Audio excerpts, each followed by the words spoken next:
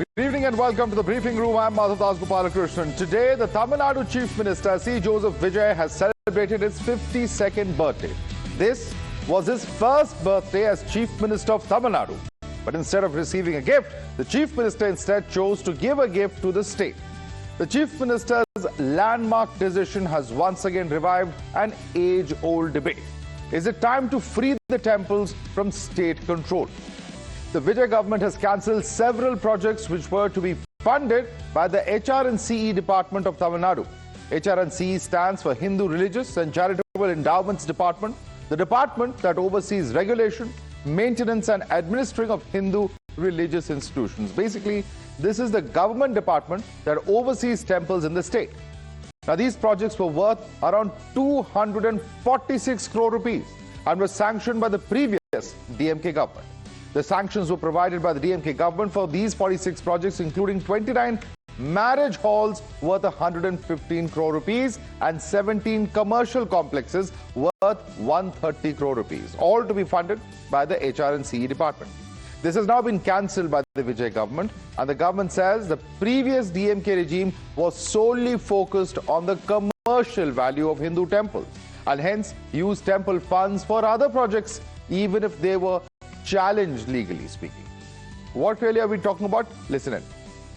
இவர்கள் கமர்ஷியலாக கோவில்களுக்கு திருமண மண்டபங்கள் கட்டுவதிலும் வணிக வளாகங்கள் கட்டுவதிலும் அதன் மூலமாக வருவாய் ஈட்டுவதை மட்டுமே குறிக்கோளாக வைத்துக்கொண்டு இந்த திட்டங்களை துவங்கியதன் காரணமாக மேலும் அதன் மீது பல்வேறு நீதிமன்ற வழக்குகள் ஸ்டே ஆர்டர்ஸ் இருப்பதனால நாம் அதையெல்லாம் ரத்து செய்து அறிவிச்சிருந்தோம். Essentially, this development has once again put the focus on the free temple movement. India has about 30 lakh places of worship across the country, and most of these are temples. In most states, it is the state government that controls these cash-rich temples through temple boards. Hindu groups have repeatedly argued for temples to be freed from state control and demand that the temples be managed by the Hindu community itself and not by government-appointed officials. For long, Hindus have demanded that these revenues of the temples should only be used for temple activities. Today, the Vijay government's move appears to be one positive step in that direction as well. Let's take a look at what this really means, because this contentious issue has also been debated in courtrooms as well over the last 1 year, and several such projects have been quashed by the Madras High Court as well. What exactly are we talking about? In Jan 2025, we've seen how the Madras High Court has ruled that temple shopping complex plans in certain temples were quashed. In May 2025, the Supreme Court upheld the Madras High Court verdict as well. This is, of course, as far as this case is concerned, and in Madras High Court in June of 2025, all violating HR&CE projects were halted as well, because only certain types of projects are allowed. 5 orders on marriage halls were also quashed in August of 2025. The orders were illegal, unconstitutional, is what the High Court Division Bench had held. They also held that the temple money belongs to the deity, who is actually represented legally speaking in several of these cases as well. Now, these are some of the observations as far as the judicial pushbacks have been. However, the opposition, in fact, listening to what the DMK, the main opposition party in the state, is saying, because they've questioned the move and have gone on to call it a regressive step. One that's seen as anti-development, they say. Listen in. The TVK government has taken a regressive step in not allowing the existing schemes of using the temple funds to build community centers and build commercial complexes to be scrapped. It's not acceptable. When a community center is built, it is helpful for everybody. It is helpful for the people belonging to the SC, ST, OBC communities. They will have their functions there at a nominal rate than the other ones which is built, which may charge fanciful rates. And when you build a commercial complex, it will also augment the income available to the temple. What is the point in having temple money remaining unused? So why is this so important? Let's just try and put the numbers into perspective to better understand and get a sense about why there's a humongous tussle over temple funds across the country. And we're going to take 3 aspects of this. The first is education. Let's take a look at how much is spent on education each year. Now, this is, of course, all India numbers that we're talking about. And also, of course, the category of healthcare. what is the amount spent when it comes to healthcare across India, and how is it when you compare both of these numbers with that of temples. This will give you a sense of what really is going on in terms of the funding and the kind of money involved in each of these three categories. The first is the education. Just last year's budget, 2026-27, is just 1.39 lakh crores. Okay, this is the numbers as far as education are concerned. This is the education budget. What about the budget when it comes to healthcare? It's 1.06 lakh crores. So this is another huge number that we're talking about. What about the numbers when it comes to temple donations last year? The approximate amount, although there's no finality, is 3 lakh crores. This is why, ladies and gentlemen, this is a huge issue in this country. And the funds that go into these temples, why should they not be administered by those who are the ones who are running temples, continues to remain an important debate. Now, the issue of temple control and temple funds have also been a very, very contentious issue.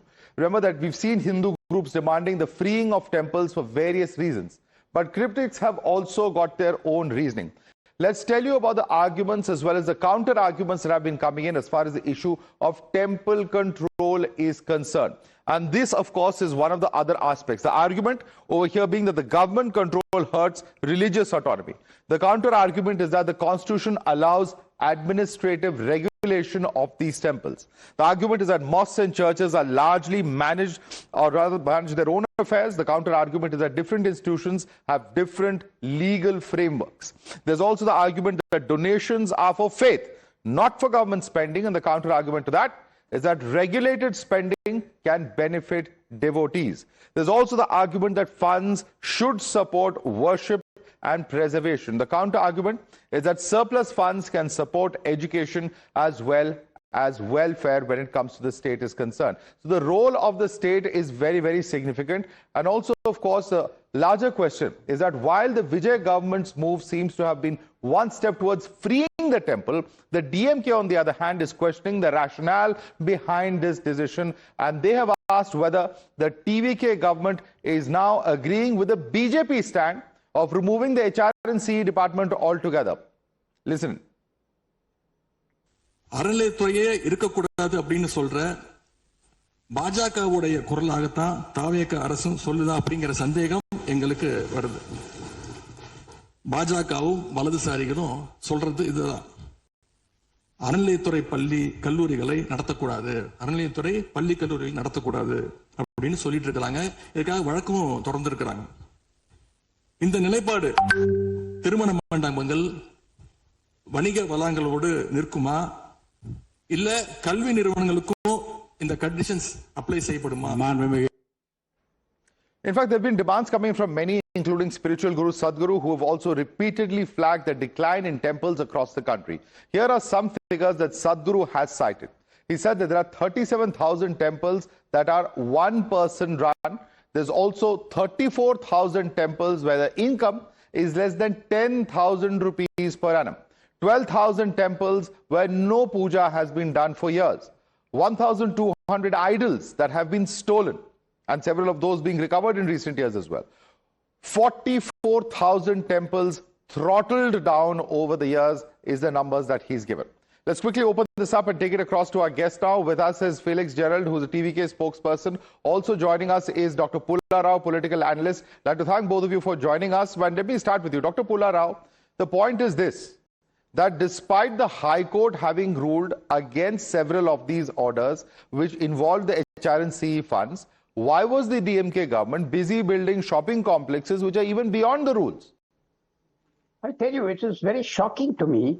What you're saying is, in fact, what I see the state government is doing is shedding responsibility. You are saying they've given a great gift. Gift from what? Go back to poverty? You yourself had so eloquently now said 10,000 or 20,000 temples in Tamil Nadu don't have even a priest. Actually, the government has shed responsibility in a very indirect way. 241 crores is nothing great. And they're setting up marriage halls. You know very well, Madhavdas, that you must have an ecosystem around the temple to make it attractive. What is wrong with having a marriage hall where people will get very concessional rates, there's activity or some other complexes. May I read out to you, sir? I'm going to come to the point of marriage hall in just a moment, but may I just read out to you what has been specifically said, in fact, as far as the Supreme Court is concerned. Devotees do not offer their money to the temple for setting up of these marriage halls. It may be for the improvement of the temple. There are also very clear High Court orders where they have ruled that setting up of shopping complexes. Marriage hall is a separate issue. Let's assume that marriage hall is for a certain societal good. What use are shopping complexes, restaurants, etc. doing inside temples? Is that the job of the government? Is that what devotees donate the money for? No, absolutely. It is a commercial act. When you say devotees have given money to the temple, what do you mean? They've given it to something specific? Just buying prasadam or buying, the other ornaments and other things? Maintenance of the temple. They've given it for the temple. May I remind you one thing? Every Muslim mosque has hundreds of acres of waqaf. No, but who are you or any political party to decide that? Let the temple and those who run the matters of the temple decide that. Any political party, whether it has a state government with it or central government, you are given the mandate to do what it likes within the law. Yeah, within the law. Very important point. Within the law, which is why several such judgments have come in from the court, sir. Because you were clearly not doing it within the ambit of the law. No, one more small thing is, then there should be a universal law for India. There is no universal law governing temples. There is, and other two religions, major religions in India, Christianity and So leave it to the temple boards. Let the various temple trusts or boards decide that. Yes, but they have different laws. What law in Tamil Nadu? You know very well. This law has come from 1926 Madras Charitable Hindu Religious Acts. Other states have different laws. No, maybe it's time to change that. No, that argument of yours I can accept. Perhaps it's time to change that. Perhaps we need to look at a larger national law. But let me bring in Felix Gerald on the larger point that you made. Felix Gerald, the point being made by Dr. Pulla Rao is this. That, of course, there's a lot of misuse. And I agree with the fact, and broadly, when it comes to shops, when it comes to restaurants, there are court judgments also that have quashed all of these. But the argument being made over here is that marriage halls, come under the larger issue of marriage, and that is something for which temple funds can be used, is an argument that the DMK would be making as well. How do you respond to that, Felix Gerald? Yeah, let us go to the HRNC Act of 1960. And the section 36 very clearly says, whatever the surplus fund should be specifically used for religious, educational or direct pilgrim welfare. These are the three areas they can spend the money. That too, what DMK regime have done so far, they have moved for example, marriage hall is being constructed 100 to 200 kilometers away from the basic deity. Basic temple. For example, I will tell you, there is one from the Palani temple, a marriage hall is being constructed at Ottanchitram. And again, if you take the Tiruchendur temple, a development project has taken at Pudukkottai. Like that, from Chennai, Kabalishwara temple, there are some civil structure is constructed in Tiruvannamalai. DMK was literally running this department as a real estate agency. Constructing multi-level parking, nobody wanted. The money should be used only near the temple for these three categories. Not for building multi-level car parking or marriage hall or shopping center. So we have implemented or we have executed the law. We have stopped these projects because they are illegal, and we are going by the rules, by the law. That is our stand. Respond to that, Pulla Rao, that we are implementing section 36 in letter and spirit. You are doing a real estate project with these temples. No. You see, Tirupati funds are spent all over the country. There is no geographical limit. Where is the deity? Where is the deity's power? You're introducing distance, spatial area, spatial dialogue, and geography. It is not correct. The Tirupati temples is financing temples, hospitals, institutions in Delhi, in Guwahati, in other countries, New York. The greatness of a temple will be how far it reaches, how much it's accessible. I heard what Mr. Felix said, and I respect him. There's no thing about his own interpretation. But if that is the interpretation, then change it. Become a little progressive. Dr. Pulla Rao, may I ask you another argument that comes up is the fact that would such liberty be taken with funds such as the Waqf fund or other such funds, Okay. where also the government Very has a good. responsibility? I tell you, the Christian religion or the Muslim religion have hierarchies. A Roman Catholic has to go by what Rome dictates. All the cardinals are appointed by the Roman pontiff. We all know that. And therefore, they have a hierarchy. Muslims We are have a simply hierarchy. talking about the government's role and responsibility. You're accusing Government- TVK of abdicating responsibility. No, Would the same in a way. responsibility be taken in the case of other faiths? In a It's a way. simple question I'm asking you. Wonderful thing is you have a law all over the country. And I would wish that Mr. TVK to go ahead progressively and demand such a law all over the country and have, something similar to what the Waqf law is. The Waqf law is all over the country. The Sir, central existing law is laws are being the law. broken. Mr. Pullarao, if the existing law is being broken, as Mr. Felix Gerald is saying, then, where is the question of bringing in a fresh law? But let me put that question. Felix Gerald, is it time to bring in a new law? And is your government going to support this movement? Because there have been many who have been demanding that, temples should be freed from government control for precisely the reasons that you mentioned.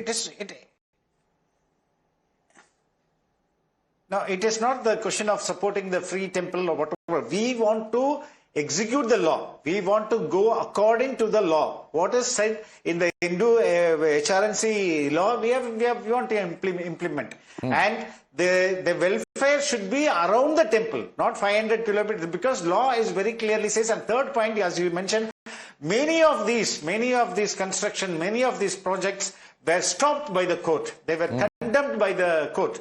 So we have to take that is also into account. There are many temples they were not able to perform single puja a day. This excess of surplus fund should be used only for religious activities, religious education and direct pilgrim welfare. Government should follow. Government cannot act as as I mentioned, real estate. Nobody wanted a multi-story parking in Crore. And our minister has clearly said the entire population who visits the Kunur temple only not more than 500. Then why you need a multi-story parking there? Okay, but some of those projects, So these are all they are doing with the real estate. No, but if you say it's for pilgrim welfare, then they will say we need certain kind of facilities for pilgrims also to eat food, etc., to get shelter. Yeah, they can do it. No. If it is for the pilgrim welfare, let them do it. Let them do it. We are not talking about that. See, being the former HRNC minister, he was also handling the CMDA, the department which approves for buildings. So it was very easy for them to combine this both and make illegal construction like this. Respond to that. Why Pullarao, respond. The activity should shift for another. There is a conflict of interest, Mr. Felix and Madhavdas. I agree with you. That is separate. All the question is, should not there be a more liberal interpretation of what is good for the temple and the pilgrim? Would not the pilgrim have more facilities? If he has more facilities and infrastructure, he'll be able to use it. He'll frequent it. Take a church. How many facilities usually are there around the church? Sometimes schools, colleges are around the church. So many things. I think if TVK wants to take a good step, he should try to make them more flexible, given a lot funds, give them more infrastructure, earning infrastructure, make it a hub of activity, not a dead place. If you have a marriage center, if you have other institutions, commercial, we know that temples have compound walls with shops in them. They earn rent and give it to the temples. Big temples have it. Tirupati has it. All the dhams have it. So therefore, there is a need. I agree with you. You may be going by the word of law, but something has to go beyond that now. Things have changed. There are probably a lot of expectations that you're going to bring change. But you can't violate the law of the land, sir. Expectations may be there, but you have to do it with the ambit of law. My friend Mr. Felix has quoted a law 50 years old, I think, 1960. It's time to change the law. Make it up to date. The other government did not. Is it time to change this law, Felix Gerald? Do you agree with that? No. What is more important? Increase the basic amenities and basic facilities like restrooms. I know pilgrimage for a decent place for pilgrimage to stay. And there are many temples which has lacking these kind of a basic amenities. Proper drinking water, proper toilet facility, proper, subsidized stay for pilgrims to visit. No, These all are that, flaws of course, is certainly the job of the temple management to look at. But Felix Jared, I must take you back to a very important question that I asked you, and you sort of skirted the issue, you didn't address it, and that is, what is the TVK stand when it comes to freeing temples from government control? And the reason I'm asking you this is that your alliance partner Congress is firmly opposed to that. See, I'm telling, we are not the temple free movement. It's a separate movement. Let them have it. And it was them who wanted the HRNC board earlier. Now they wanted to go away from it. See, that is, I am not going to interfere on that. My point is, our party wanted to implement schemes based on the rules. We are not opposing the schools. We are not opposing the educational institutions. We are not opposing other. Sir, you are in government. How long? Sir, it's one thing as a party which is not in power to not have a stand. Now that you're in government, you have to take a stand either for or against a particular issue. Commercial venture, no. You can't be ambivalent on such a sensitive issue. Commercial venture, we are against commercial ventures. We are against the commercial venture. Utilization of surplus funds should not be used for commercial venture. That is our stand. We are very clear with that, on that. So you're not going to move in any way. If these demands of freeing temple increase, you're not going to move further on that demand. That's for you, Mr. Felix. This will be a policy decision. As of today, even with Mr. Vijay-led, let me answer that. Mr. Vijay-led, the leader of opposition, when they specifically asked the same question.